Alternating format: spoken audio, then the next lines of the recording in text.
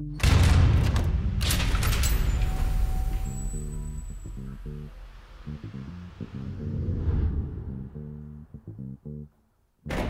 I'm Patrick Crawford. I'm the Editorial Director at Freeskier magazine, and I'm here to talk about my 2009-2010 Editor's Pick setup.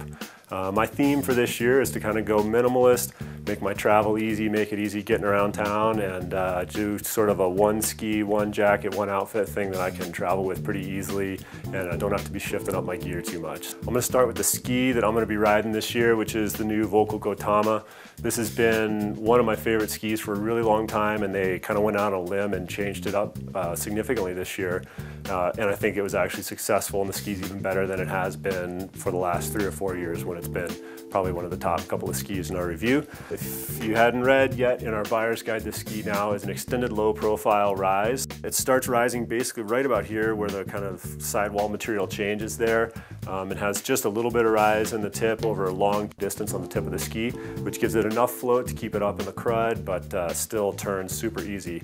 This thing is great for inbounds, it's great for out of bounds, it's great for kind of, you know, side country type stuff. Living here in Colorado, ski and pow, we don't have a ton of true bottomless days. It's a lot of, you know, shin deep, 8 inches, 10 inches. You can still kind of feel the harder snow underneath, and having a ski with a decent amount of side cut that can still turn pretty well on that type of snow is really nice. So this for me is pretty much the perfect ski, and then I would always match it with this Duke binding, which gives a perfect kind of setup for side country skiing. You can ride the lifts, you can ski it inbounds, you can switch it into the touring mode and do, you know, short hikes, half an hour or whatever of skinning. For kind of side country, some of the passes around here where you have car access or car shuttle, this kind of setup is exactly what I like to ride on. I'll be back in the Scott Series 4 pole, always just the classic. Get a little bit of bright color because everything else I have is a little bit black and red, but yeah, these things are cool. They always work, they never break, and that's my pole. On the boot side, I have always been a Lang guy. This has been one version or another of my boot for a really long time. The Super Banshee, great boot, fits my foot really well. I have a little bit of a narrow heel especially, but kind of a narrow foot overall, and this boot always fits me with just a little heat moldable liner. That's basically all I have to do. Rarely have to do any shell work to get it dialed in. Lang has stepped it up recently on this boot by adding the Vibram sole, which makes it a lot easier to walk in, and it's replaceable if you're hiking and it starts to wear down over time.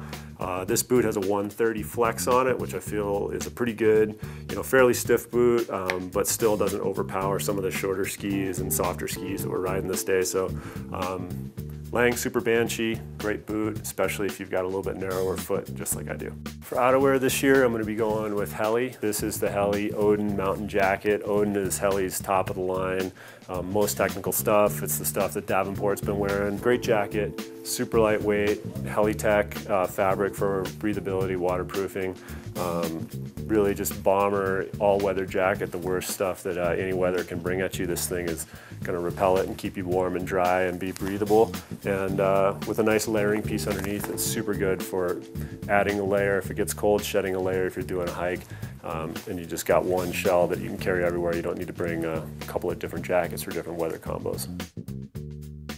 So to keep warm underneath the shell jacket, I'm going to go with this Heli insulator, lightweight PrimaLoft filler, keeps you super warm, and the best thing is it's tiny, packs down. When you're done with it, you can pack it up, throw it in your pack, and it takes up no space whatsoever. So really light, really packable, easy to wear around after skiing if you want just a lightweight jacket for around town, and super great layering piece.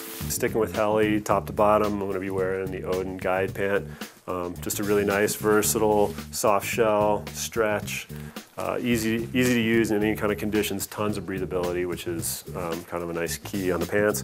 Really weatherproof, very basic, straightforward, but tons of good breathability here. Zips on the inside of the leg, couple of pockets. So basic, nice, solid pant, the Odin Mountain Pant. For helmet, I'm going to be rocking the Smith Maze helmet this year. I've been wearing Smith helmets basically since they first came into the helmet game a couple years ago.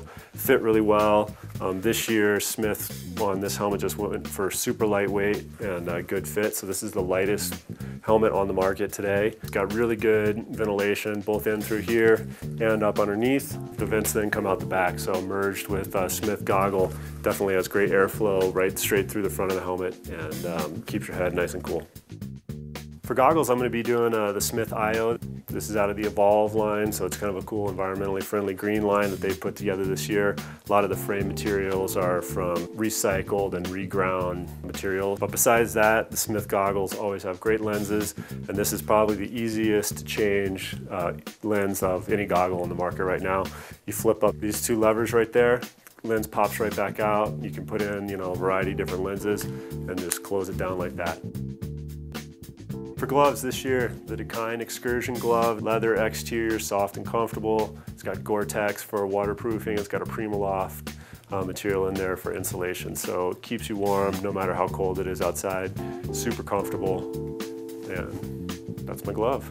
My pack this year, the North Face Lifty. It's a great small one-day pack. A couple of features that I like on any pack is the hydration sleeve coming through the actual shoulder strap, keeps it insulated, keeps your water from freezing in all except the very coldest of days. It has this fold-down seat. You pop it down, undo the Velcro. There you go, you got something to sit on. This pack has a lot of small features too. It's got a nice soft goggle pocket there. Got all the basic internal storage pockets you want for probe and for the shovel and handle and all that kind of stuff. So nice little pack. And my name is Patrick Crawford, Editorial Director here at Freeskier, and that is my kit for winter 2009-10. For more info on all the 2010 product, pick up a copy of the Freeskier Buyer's Guide or check it out online at freeskier.com.